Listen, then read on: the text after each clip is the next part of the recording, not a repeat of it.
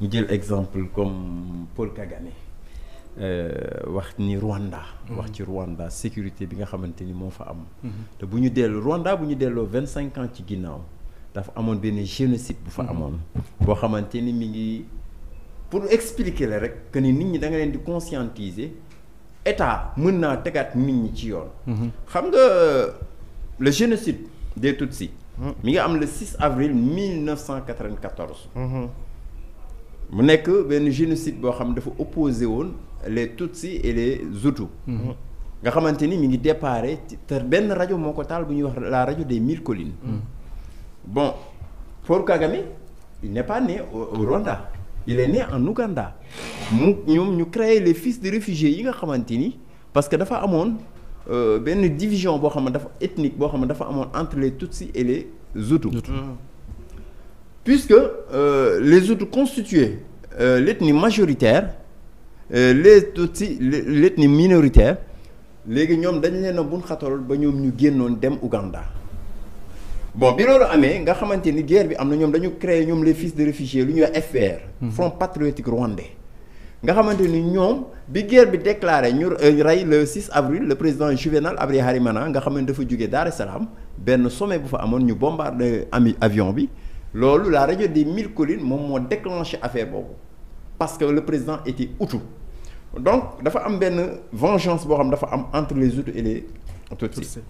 Paul Kagame ñoom ñoo jógee Ouganda ñoom ces fils de réfugiés yi nga xam ne ñooy waa FPR Front patriotique rwandais dugg si parce que guerre boobu en 1 mois am na en 3 mois am na 1 million de morts. 1 million de morts ci ñetti weer. mais Paul Kagame ñoom bi ñu dugg see dañu arrêté guerre bi ñoom fexe ba guerre bi jeex au mois de juillet si je me trompe pas wala mois de juin léegi imaginez pays boo xam ne rey nañ fa 1 million de personnes moom bi mu ñëwee automatiquement aussitôt nekkul président. dafa nekk ministre de la défense.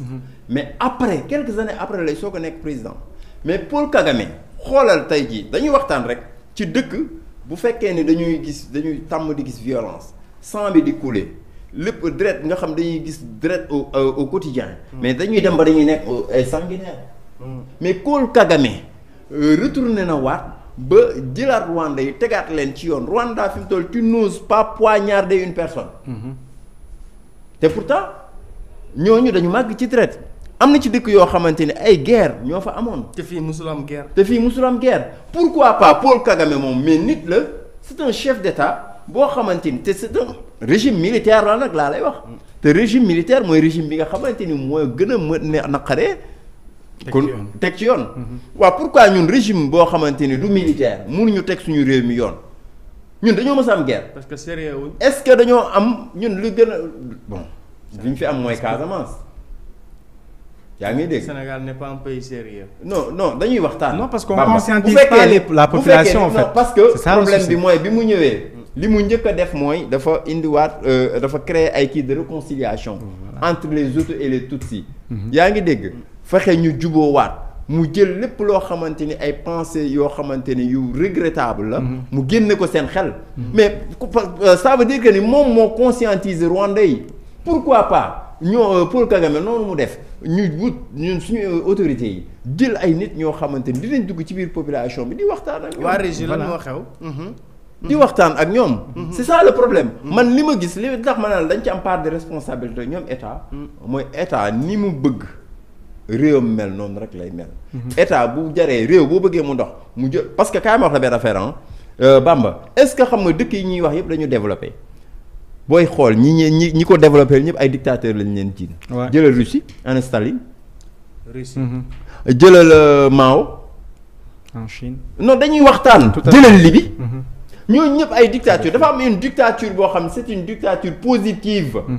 boo xamante ni da nga leen di wax ne leen nii laa bëgg fii ngeen di jaar par force te loolu nga leen di imposer day nekk intérêt population bi. mais Sénégal duñ mën a développer loolu parce que démocratie moo fi dem. non mais ces pays sont des pays démocratiques. waaw mais Sénégal amaguñu kii boobu on n'a pas encore cette conscience. waaw mais loolu yow yaa koy def ci ñoom xam nga li may. parce que réew mi ci sentiment réew mi non seulement ci sentiment boobu nag la ñuy teg ci suuf xam nga lu tax man la moom la ñuy teg ci suuf. mooy Bamba nit ki bu fekkee ni intérêt ngay wut te li nga xamante ni boo ko imposer mu jëlee ci njariñam bu jaree nga imposer ko da nga ko koy imposer. parce que sénégalais xamul yedd yar lañu xam. bu fekkoon yedd rek la suñu sëriñ si wax nañ ba sonn. donc pourquoi autorité état bi mënuñoo jël ñoom seen propre mesure parce que tamit kaay ma wax la benn affaire tey jii bu fi nit rayoon nit aussi puisque dañoo nekk dans un pays laïque te nit ñi nekkuñu suñuy juge bopp. on a une justice équitable boo xamante ni mën na jël mën na doxal réew mi.